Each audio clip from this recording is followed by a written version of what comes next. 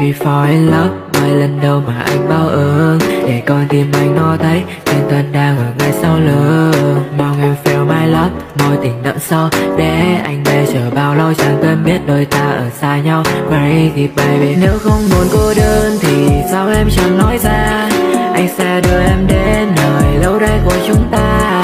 Bởi vì anh đang quá yêu em, chỉ muốn đến bên em. My girl,